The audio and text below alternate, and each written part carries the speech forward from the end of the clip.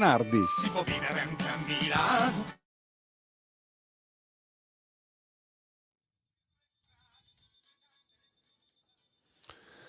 Eccoci qua ancora una volta come tutti i lunedì con Carla De Bernardi, con il suo libro, la nostra Bibbia di questa trasmissione, Storia di Milano, guida per curiosi e ficcanaso, edito da Iacabook. Carla, buongiorno, grazie naturalmente. Buongiorno a tutti. E allora, quest'oggi dove ci porti nel Intanto voglio dirti viaggio? che ti aspettavo al varco con la storia di Rosa e Olindo, eh? Sì, meno Aspettavo al male. varco, ero sicura che ne avresti parlato. Va bene, adesso passiamo ad altre cose. Io non mi ricordo dove eravamo rimasti, ma secondo me, perché abbiamo saltato Pasquetta, Sì, eravamo arrivati più o meno all'Unità d'Italia, sei sì, sì, d'accordo? sì, sì, sì. Quindi non torneremo su quello che Eravamo è proprio successo lì. subito prima.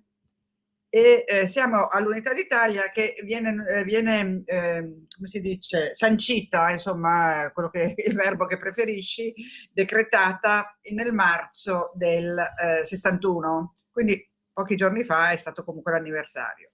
Cosa succede a Milano? A Milano c'era già da un annetto un sindaco, tale Antonio Beretta, il quale, inutile dirlo, è seppellito al Monumentale in una tomba, poverino, assai modesta, perché finì malissimo, anche se fu un ottimo sindaco. Perché fu un ottimo sindaco? Fu un ottimo sindaco perché lui intuì la Milano del futuro, chiamiamola così, tant'è che fece due concorsi, uno per la Galleria Vittorio Emanuele, Salotto di Milano, e uno per il cimitero monumentale, di cui sappiamo quasi tutto perché ne abbiamo parlato per un annetto. Comunque lui è lì al cimitero in una nicchia, dietro peraltro il busto in bronzo di un famoso tenore che si chiama Franco Corelli, perché al Monumentale c'è proprio questo mix di personaggi storici e artistici che è fantastico. Quindi vedi Corelli vestito da, come si chiama, protagonista di Carmen, in bronzo ovviamente, e dietro c'è il primo sindaco di Milano, quindi questo è veramente una delle cose intriganti del Monumentale. Allora, questo Beretta, il nostro Beretta, quando diventa sindaco il 10 febbraio del 60, starà in carica 7 anni, si dimetterà, poi vediamo perché, nel luglio del 67. Lui, come si dice, aveva, ecco, era questo che stavo cercando, questo dato, la città era fatta da 261.621 cittadini, 261.000, pensa quanti siamo oggi, e quindi lui viene eletto sindaco e fece tante cose per Milano. Te ne dico una più divertente delle altre: istituì il corpo dei vigili urbani. Sai perché si chiamano I Ghisa? Tu lo sai Ghisa, sicuramente. i Ghisa. Non lo so. Allora, si chiamavano sorveglianti urbani, avevano un soprabito blu pesantissimo e avevano una tuba grigia in testa che ricordava la tuba della stufa, per cui la stufa era di ghisa, per cui loro diventano di ghisa. Ehm, dicevo tante cose, pose la base dei servizi pubblici che non c'erano, eh, creò dei nuovi quartieri a Milano come il quartiere Solferino e il quartiere Principe Umberto, che oggi noi chiamiamo Via Turati, dove peraltro abitò il Pappo Macciachini, progettista del Monumentale. Inaugurò il macello pubblico, i mercati coperti, i bagni pubblici, ampliò i giardini pubblici di Maria Teresa, che erano quelli di Porta Venezia, che noi oggi conosciamo come Giardini Montanelli. Diede incarico all'architetto Balzaretto di ampliarli verso i bastioni, e il Balzaretto progettò e costruì quella parte che oggi ai giardini vediamo che è fatta come delle finte rocce. Hai presente? Tutti conosciamo, credo, i giardini pubblici. Sì, C'è tutto questo sì, sì, settore sì. verso la stazione, per capirci, che è proprio come un giardino inglese con le finte rocce, le cascatelle, queste cose qui all'anglosassone. Fece anche altre cose, fece come dire, commissionò delle statue, tra cui quella di Beccaria e quella di Cavour nelle piazze che hanno lo stesso nome, e la statua di Leonardo, in Piazza Scala, che sa che si chiama On Liter in Quater, perché Leonardo è sorretto dai suoi 4 allievi, che io non mi ricordo mai il quarto, quindi non ve li dico, i suoi 4 allievi più famosi, perché poi lui ne ebbe anche altri. Uno di questi 4, se non ricordo male, lo seguì in Francia, il Salaino, e niente, rimase con lui fino alla morte.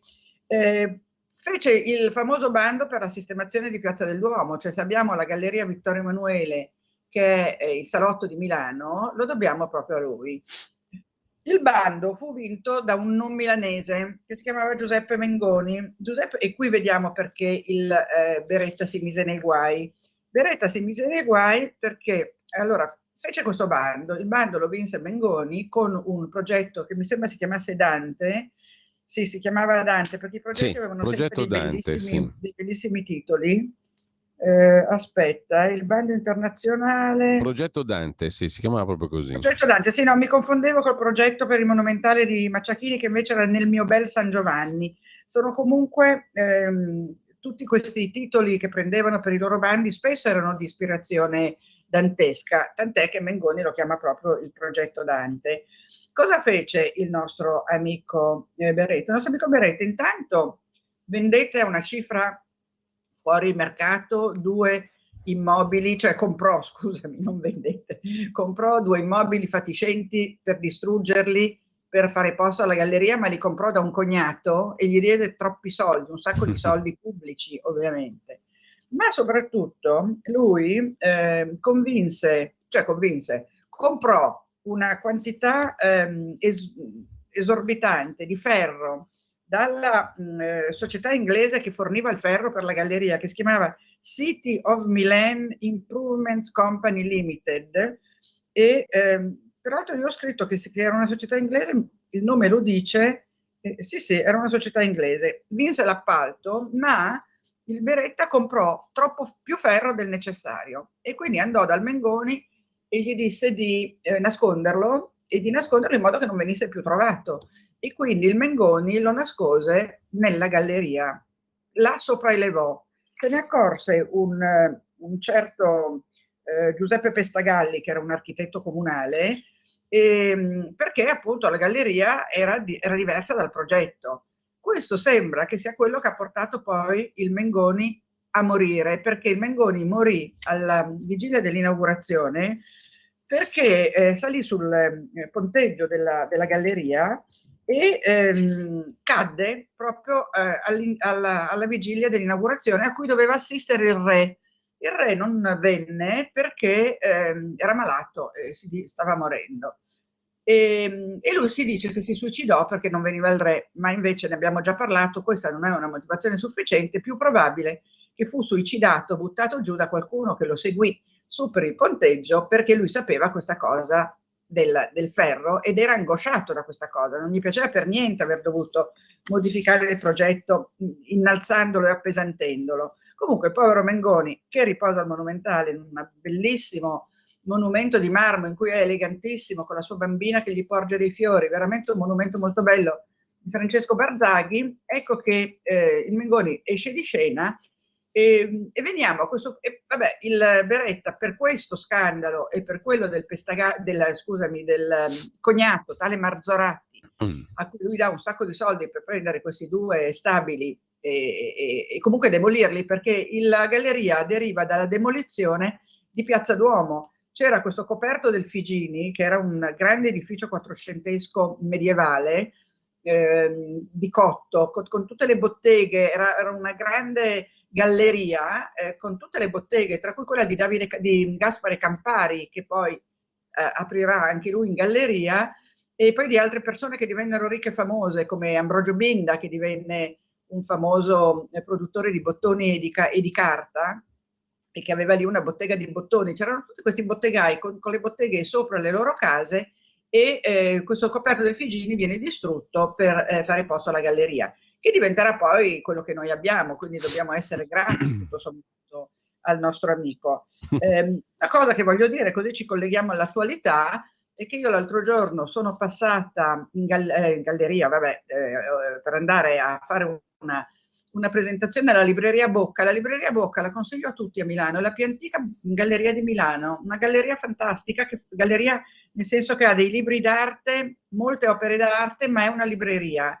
È veramente un posto magico. Se venite a Milano o se siete a Milano, se siete di Milano, non mancate di visitare la Galleria Bocca in galleria. Cosa facevo da Bocca? Presentavo un libro e vabbè. Dopodiché sono andata in Piazza Duomo per vedere come sta il re, come stava il re, perché tu sai che il re in Piazza Duomo, monumento di Ettore Rosa, è stato imbrattato.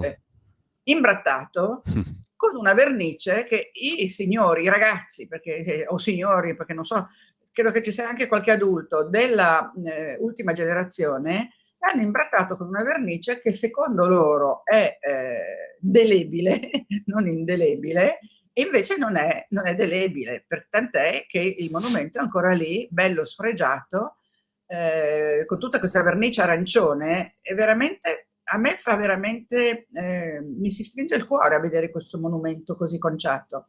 È un monumento bellissimo dove si vede Vittorio Emanuele a cavallo con un piglio veramente molto di orgoglio e di fierezza, ed è tutto completamente imbrattato. La trovo Così una ci ricordiamo cosa... che il clima è un problema, no? Se no non lo sapevamo. Esatto. Evidentemente non riescono a pulirla, perché se no l'avrebbero già pulita, no? Io penso.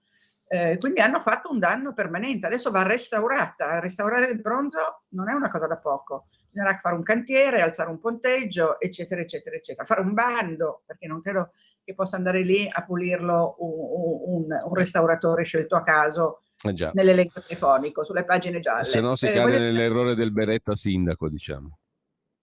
Esatto. Devo anche ricordare che il monumento a Vittorio Emanuele, così come il monumento a Leonardo che abbiamo citato prima, furono impacchettati da Cristò.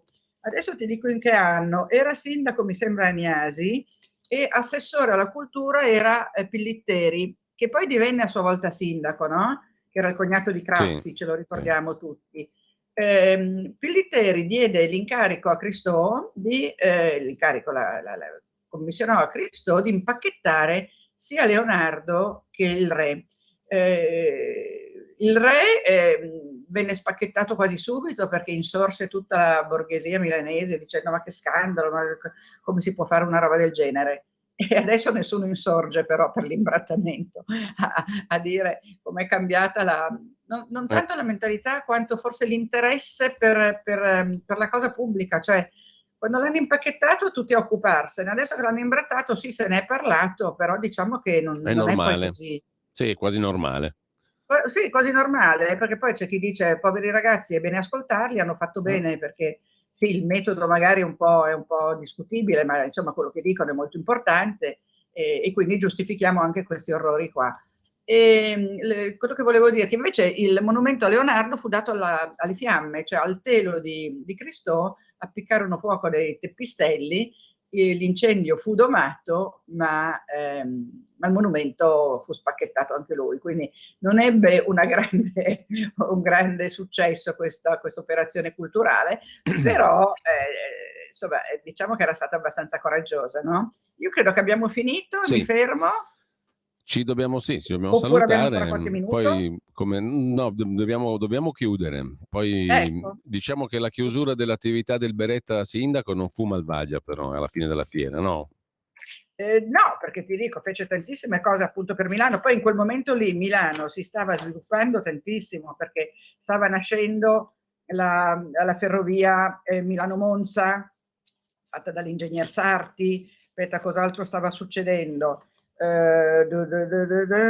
vediamo perché mi ero sottolineata qua, vabbè, i Ghisa li abbiamo detti, i giardini pubblici l'abbiamo detto, Macello l'abbiamo detto, i mercati coperto, insomma, sì, in quegli anni venne anche inaugurato, fondato da Brioschi e da altri personaggi importantissimi tipo Pirelli, il Regio Istituto Tecnico Superiore, che sarebbe stato il futuro Politecnico. Di Brioschi è divertente dire che lui chiamavano la sua facoltà l'asilo Brioschi, perché lui, ti puoi immaginare quanto pochi fossero gli studenti. Quindi quando qualcuno era assente alle lezioni, lui andava in giro per il quartiere dove era sorta la scuola, non so se era già dove è l'attuale Politecnico, questo non l'ho approfondito, comunque andava in giro per il quartiere a cercare sti ragazzi che non erano a scuola, li prendeva per l'orecchio proprio, come facevano in Gian Burrasca, no? Prendeva per l'orecchio e li riportava a scuola, ma poi pretendeva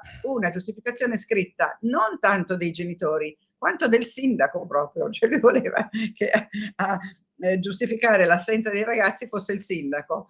E quindi venne soprannominato Asilo Brioschi, la sua scuola, Istituto Tecnico Superiore, ecco, che diventerà poi Politecnico, perché non c'era la facoltà di ingegneria e di architettura all'epoca, c'erano le scuole, non c'era ancora l'università. Tra l'altro, ultimo dato Sì. riferito all'attualità, la Bocconi sorse per la prima volta in Largo Treves, dove adesso c'è quel famoso palazzo del comune che è stato venduto per 50 milioni di lire l'anno scorso e che verrà abbattuto per fare degli appartamenti di stralusso, e che era stato fatto dal Arrighetti, che era un architetto urbanista molto importante, tecnico del comune, forse capo dell'ufficio tecnico del comune, che a Milano ha fatto delle cose molto belle, tra cui la scuola di via Santa Croce, tra cui la fermata della metropolitana Amendola, sai, tutte e due fatte a forma di stella. Ecco, l'Arrighetti fece quel palazzo in Largo Treves, che adesso verrà abbattuto per fare altri appartamenti super lusso, e il comune comunque ha incassato 50 milioni, speriamo che non li usi per le ciclabili, ma per qualcosa di più interessante.